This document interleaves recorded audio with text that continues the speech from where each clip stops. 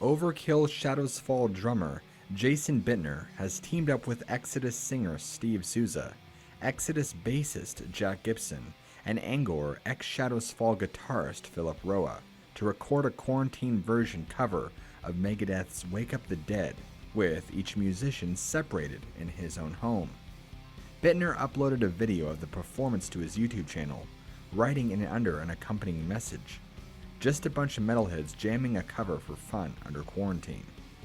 In a recent interview with Metal Pilgrim, Bittner spoke about what the touring circuit might look like post-pandemic.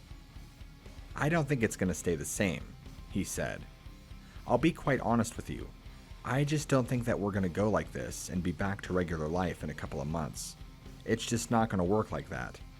I think that people are going to be apprehensive. People are going to be standoffish. I know people are going to want to get out too, trust me. I'm just as guilty as everybody else. I'm going nuts being here at home. I love my wife, I love being here with her and the cats, but one trip to the store a week? That's not enough for me. I know I can go out of my house and be in my yard and stuff, but when you don't actually have that daily routine anymore, it turns the same person into an insane one." Long story short, I think it's going to affect the music industry and the whole entertainment industry. Not just music, movies, all of that.